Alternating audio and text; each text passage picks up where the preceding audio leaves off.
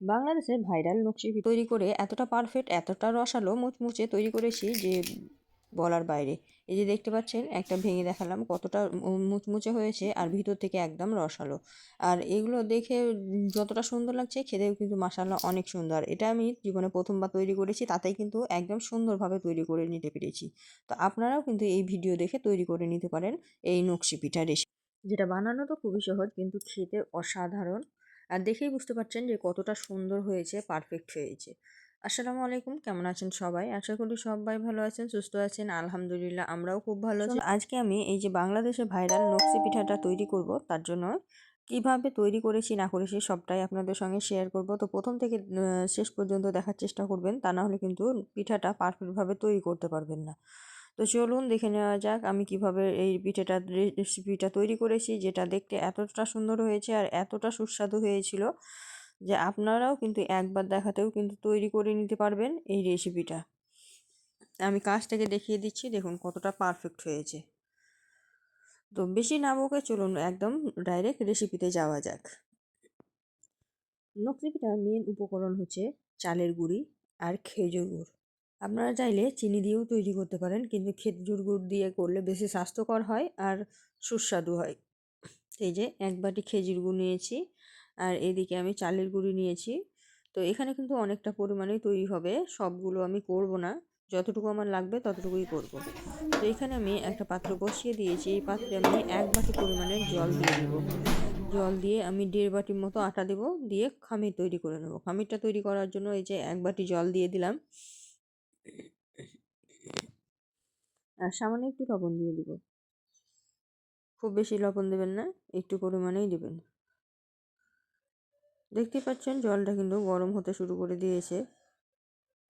যে লবণটা দিয়ে দিলাম, জলটা যখনই ফুটে উঠবে তার মধ্যেই কিন্তু আটাটা দিয়ে দিতে হবে। জলটা কিন্তু আমার গরম হয়ে গেছে, আর এদিকে দেখুন একটা বড় বাটি, যে বাটিতে আমি জল দিয়েছি সেই বাটিতেই মাপ করে আটাটা দিয়ে দিচ্ছি। তো এখানে আমি 1.5 বাটি আটা দিয়েছি। প্রথমে 1 বাটি দিয়েছি, তারপরে হাফ বাটি দিয়েছি।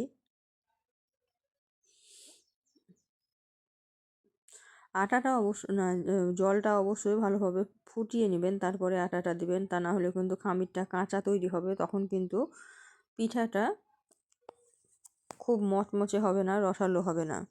তাই অবশ্যই খামিরটা সুন্দর করে তৈরি করার চেষ্টা করবেন। আমরা রুটি করতে যেরকম খামির তৈরি করি সেই রকমই পারফেক্ট খামির তৈরি করতে হবে। খুব পাতলাও করা যাবে না, আবার খুব শক্তও করা যাবে না। তো দেখতেই পাচ্ছেন ভালোভাবে আমি খামিরটাকে তৈরি করে নিলাম। আমার খামিরটা কিন্তু পারফেক্টভাবে রেডি হয়ে গেছে। তো এখন আমি এটাকে একটা পাত্রে ঢেলে নেব। গ্যাসের আঁচটা বন্ধ করে দেব, তারপরে ঢেলে নেব। আটাটা যেন খুব ভালোভাবে সিদ্ধ হয়, এই দিকে একটু লক্ষ্য রাখবেন। তো আটাটা কিন্তু সুন্দরভাবে সিদ্ধ হয়ে গেছে, এই যে দেখিয়ে দিচ্ছি, দেখুন কত সুন্দর সফট হয়েছে। আটাটা আমি একটা পাত্রে সঙ্গে সঙ্গে ঢেলে নিয়েছিলাম, তারপরে একটু স্কিপ হয়ে গেছে, আমি ভিডিওটা স্কিপ করে দিয়েছি। আটাটা ঢেলে নিয়ে আমি কিন্তু এটাকে মথে নিয়েছিলাম গরম অবস্থাতেই, অফ ক্যামেরাতে মথে নিয়েছিলাম। আর বাকিটা আমি এই যে দেখাচ্ছি, এটা গরম থাকা অবস্থায় করবেন, তা না হলে কিন্তু এটা গোটা গোটা গোটা হয়ে যাবে, তখন কিন্তু আবার ভালো হবে না পিঠাটা তৈরি করা। তো আমি একটু স্পিড বাড়িয়ে দিয়েছি যাতে ভিডিওটা খুব বেশি বড় না হয়।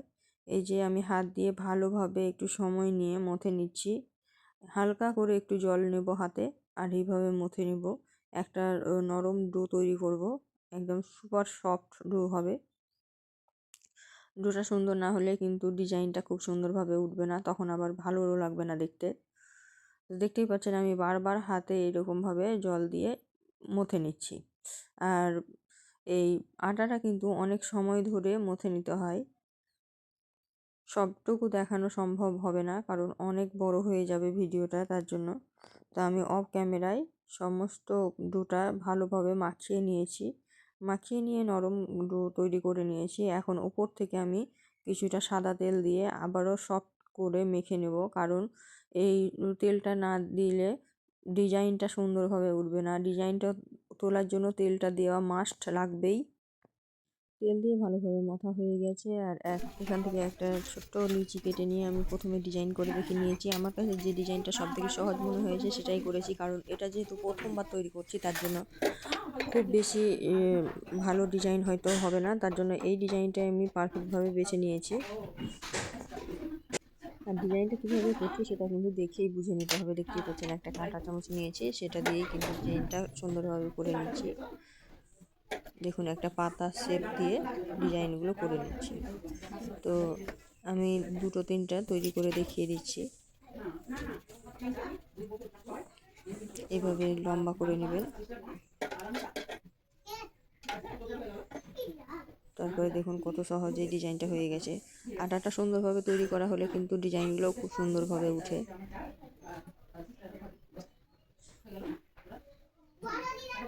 দেখুন কত সহজে ডিজাইনগুলো তৈরি হয়ে যাচ্ছে আর কত সুন্দর লাগছে দেখতে।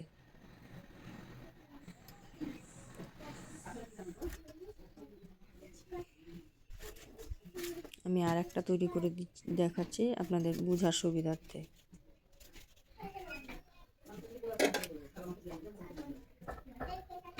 দেখুন কাছ থেকে দেখিয়ে দিচ্ছি।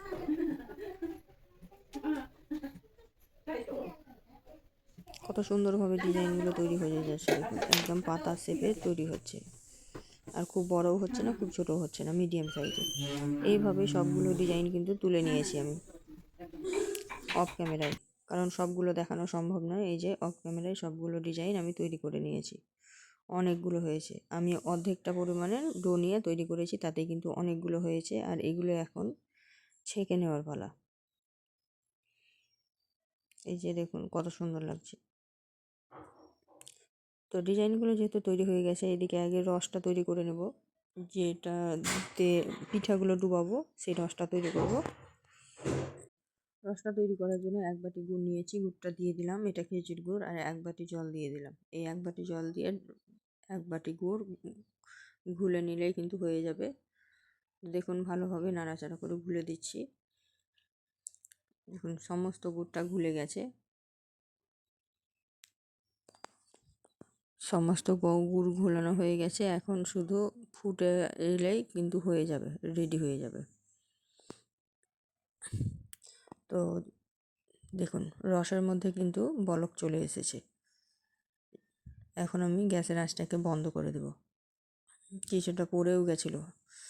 তো এই যে গ্যাসের আঁচটা বন্ধ করে দিয়েছি, হয়ে গেছে যেহেতু। এখন এটাকে আমি সাইডে রেখে দেব। সাইডে রেখে পিঠাগুলো ভেজে নেব। পিঠা তৈরির প্রসেসটা একটু লং হলেও কিন্তু পিঠাগুলো খেতে খুব মজা, আর এগুলো কিন্তু অনেক দিন পর্যন্ত স্টোর করে রাখা যায়। তো ভাজার জন্য একটা কড়াই নিয়েছি, কড়াইয়ের মধ্যে দিয়ে দিলাম সাদা তেল। আমি আরও কিছুটা পরিমাণে সাদা তেল এখানে ব্যবহার করব।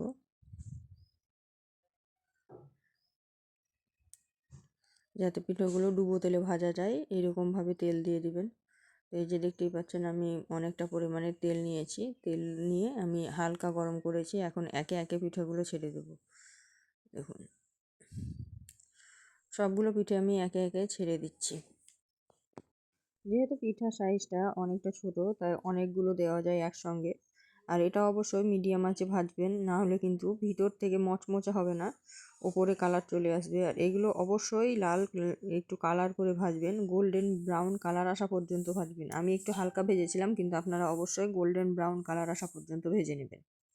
পিঠাগুলো তেলের মধ্যে দেওয়ার সঙ্গে সঙ্গে কিন্তু নাড়াচাড়া করবেন না, কিছুক্ষণ পরে নাড়াচাড়া করবেন। যে দেখতে পাচ্ছেন পিঠাগুলো কিছুক্ষণ পরে আমি নাড়াচাড়া করছি, এগুলো কিন্তু নিজে থেকেই ভেসে উঠবে, সেই সময় নাড়াচাড়া করে দেবেন। তার আগে নাড়লে কিন্তু ডিজাইনটা নষ্ট হয়ে যেতে পারে। তো এই যে দেখতেই পাচ্ছেন একটু ধৈর্য ধরে আমি ভালোভাবে নাড়াচাড়া করে দিয়ে পিঠাগুলোকে সময় নিয়ে ভেজে নিচ্ছি। এই পিঠাগুলো ভাজতে কিন্তু অনেকটা সময় শুধু লাগে, এতটুকু তাই জানি ধৈর্য যে ধরে ভেজে পিঠাগুলো নেবেন। কিন্তু হালকা আঁচে ভাজতে হয়। হালকা আঁচে না ভাজলে কিন্তু এগুলো খাস্তা হবে না, মুচমুচে হবে না, ভিতর থেকে কাঁচা থেকে যাবে, তখন কিন্তু আবার মানে পিঠাটা সুন্দর হবে না। যেহেতু এই ধরনের একটা পিঠা আমি এর আগেও বানিয়েছিলাম, সেটা এখানে ছিল নাকি সুন্দরী পাকন পিঠা। তো এটাতে মুগ ডাল দিয়ে তৈরি হয়, আর এটা শুধু চালের গুঁড়ি দিয়ে তৈরি হয়। তো পিঠাগুলো অনেকক্ষণ ধরে ভেজে নিয়েছি, সুন্দরভাবে ভাজা হয়ে গেছে। এখন কিন্তু তেল থেকে তেল ঝরিয়ে তুলে নেব। তো প্রথমে যে পিঠাগুলো ভেজেছিলাম সেগুলো কিন্তু ডাইরেক্ট সেটার মধ্যে দিইনি, এখানে আমি প্রথমে একটা থালার মধ্যে রেখে দিয়েছি, আর আওয়াজটা শুনলেই বুঝতে পারবেন কতটা মচমচে হয়েছে। আর এটা গোল্ডেন ব্রাউন হওয়া পর্যন্ত ভাজবেন, অবশ্যই ভাজবেন, তাহলে কিন্তু আরও খাস্তা হবে। প্রথমবারে আমি যতটুকু ভেজেছিলাম ততটুকু একটু কালার কম ছিল, কিন্তু বাকিগুলো যখন ভেজেছিলাম তখন কিন্তু সবগুলো একদম গোল্ডেন ব্রাউন করে ভেজে নিয়েছিলাম। সেম একইভাবে আবারও আমি দিয়ে দিলাম, তেলের মধ্যে পিঠাগুলো ছেড়ে দিলাম, আর আঁচটা অবশ্যই কমিয়ে দিবেন, কমিয়ে দিয়ে সুন্দর করে ভেজে নেবেন। তো এই যে আমি পিঠাগুলো ভাজতে দিয়ে দিলাম, আর যে পিঠাগুলো আমি তুলে নিয়েছি সেগুলো কিন্তু গরম থাকতেই সেরার মধ্যে দিয়ে দিতে হবে। তো এর মধ্যে দিয়ে ভালোভাবে নাড়াচাড়া করে রসটা একটু ভিতরে ঢোকার সময় দিতে হবে, তারপরে তুলে নিতে হবে। তো এই যে সামান্য, খুব বেশি রাখলেও হবে না, তাহলে কিন্তু খুব নরম হয়ে যাবে, তখন ক্রাঞ্চি ভাবটা থাকবে না। তো তার জন্য এইটাকে তুলে নিতে হবে। তো কিছুক্ষণ রেখেই আমি তুলে নিচ্ছি। তো যতগুলো আমি ডুবিয়ে দিয়েছিলাম সবগুলোকে কিন্তু একটা কাঁচা চামচের সাহায্যে তুলে নিচ্ছি, এতে করে রসটা উপরে উঠবে না, শুধু পিঠাটাই উপরে উঠবে। তো সবগুলো পিঠা আমি তুলে একটা থালার মধ্যে নিয়ে নিলাম, যে দেখুন থালার মধ্যে নিয়ে নিয়েছি। তো আমি এখন একটা পিঠে আপনাদেরকে ভেঙে দেখাচ্ছি গরম গরম অবস্থায় কেমন খাস্তা হয়েছে, দেখলেই বুঝতে পারবেন কতটা মুচমুচে হয়েছে। এই যে দেখুন কতটা মুচমুচে হয়েছে, কতটা রসালো হয়েছে। দেখুন এই পিঠাগুলো কিন্তু সারা বছর সংরক্ষণ করে খাওয়া যায়, খুব বেশি সময় লাগে তৈরি করতে, কিন্তু খেতেও কিন্তু খুব টেস্টি লাগে, আর অনেক দিন পর্যন্ত স্টোর করে রাখা যায়। এই যে দেখতে পাচ্ছেন কতটা খাস্তা হয়েছে। বাকি পিঠাগুলোও কিন্তু সুন্দরভাবে ভাজা হয়ে গেছে। এখন আমি এগুলো তুলে নিয়ে ডাইরেক্ট শিরার মধ্যে দিয়ে দিব। গরম গরম অবস্থায় শিরার মধ্যে দিয়ে দিলে রসটা তাড়াতাড়ি ঢুকে যায়, আর যত তাড়াতাড়ি রসটা ঢুকে যায় তত তাড়াতাড়ি তুলে নেওয়া যায়। কিছুক্ষণ রেখেই কিন্তু আমি পিঠাগুলো তুলে নিয়েছিলাম, তুলে নিয়ে একটা প্লেটের মধ্যে সাজিয়ে নিয়েছি সবগুলো পিঠে। দেখুন কত সুন্দর হয়েছে, কালারটা দেখুন কতটা সুন্দর হয়েছে। আমার তো খুবই ভালো লাগছে, জানি না আপনাদের কেমন লাগলো। তো যেহেতু প্রথমবার তৈরি করেছি, এতেই কিন্তু পারফেক্টভাবে তৈরি হয়েছে, তাই খুব বেশি আনন্দ লাগছিল, তাই আপনাদের সঙ্গে শেয়ার করে দিলাম। তো কেমন লাগলো অবশ্যই কমেন্টে জানাবেন। আর এতক্ষণ পর্যন্ত ভিডিওটা যারা ধৈর্য ধরে দেখছেন তাদেরকে অসংখ্য ধন্যবাদ। ভিডিওটা দেখে একটা লাইক, শেয়ার, কমেন্ট করতে ভুলবেন না। আর কী ধরনের ভিডিও আমার কাছ থেকে দেখতে চান সেটাও কিন্তু কমেন্টে জানাবেন। এই যে আমি কাছ থেকে দেখিয়ে দিচ্ছি, দেখুন কতটা রসালো হয়েছে, কতটা খাস্তা হয়েছে। তো ঘরেই যদি এত সুন্দর রেসিপি তৈরি করা যায়, তাহলে বাইরে থেকে কিনে খাওয়া লাগবে না, ঘরেই কিন্তু এভাবে তৈরি করে খেতে পারেন। যারা তৈরি করেছেন তারা তো জানেন এই পিঠাগুলো কতটা মজা হয়, যারা তৈরি করেনি তারা অবশ্যই একবার হলেও তৈরি করে দেখবেন, সত্যিই খুবই সুন্দর হয়। তো এটা কতটা রসালো হয়েছে সেটা আমি আপনাদেরকে একটা ভেঙে দেখিয়ে দিচ্ছি। আওয়াজটা একবার শুনলে বুঝতে পারবেন যে এটা কতটা খাস্তা হয়েছে। এই যে আওয়াজটা শুনুন কতটা খাস্তা হয়েছে, আর আমি একটা ভেঙে দেখাচ্ছি দেখুন। আর দেখুন একদম রসে টইটুম্বর হয়ে আছে ভিতরটা, আর বাইরেটা একদম খাস্তা হয়েছে। তো এই ছিল আজকের ভিডিও। রেসিপিটা অবশ্যই অবশ্যই একটু শেয়ার করে দেবেন, তাহলে সবাই দেখে শিখে নিতে পারবে। তো আজকের ভিডিওটা এই পর্যন্ত, দেখা হবে এই ধরনের আরও নিত্য নতুন রেসিপি নিয়ে পরবর্তী ভিডিওতে। ততক্ষণ সবাই ভালো থাকবেন, সুস্থ থাকবেন, খোদা হাফেজ।